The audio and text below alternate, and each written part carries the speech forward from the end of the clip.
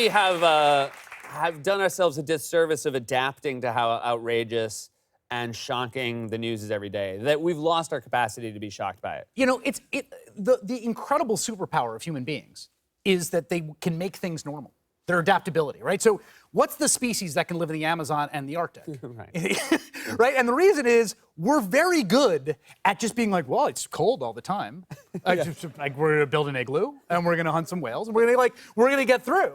And so because that is the human being superpower, that is the essence in some ways of being a human. You adjust and acclimate to whatever situation you find yourself in. And so the president goes on Twitter and says, I am, in front of all of you, officially instructing my attorney general to open an investigation of my chief political rival. Like, no, you can't do that. Right. If you did that in secret and we found out about it, that might be impeachable. If Barack Obama did that, it would probably be impeachable. But because we're sort of acclimated, like, oh, he's tweeting again. Yeah. Like, it is amazing in some ways what we are able to acclimate to. Well, the other thing that's amazing is it seems like it's not just people who are critical of the president and sort of on the opposing side. It seems like people within the president's inner circle also say, hey, you can't listen to what he says or writes or does. Like, that's not fair to take him at his word. He's full of Like, don't you think that's what they're saying? Yes, in fact, and I actually think one of my theories about the man is that in some weird way, I think we think of him as avaricious and ambitious, and he wants to be powerful. I think it's the opposite. I think what he actually wants is the trappings of the office, but he mostly wants to be a guy live tweeting Fox and Friends. Yeah.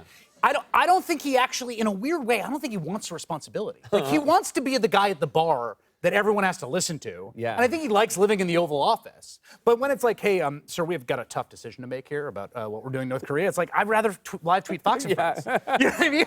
So it's like, not only do his defenders say, well, that's just him talking, in an own way, like, he doesn't seem to care about what actually happens in the world. What he cares about is that the attention's on him. So you think if we just let him, like, take the Oval Office and, like, remove it and, like, roll it to New York. Truman Show it. And he could just do a podcast.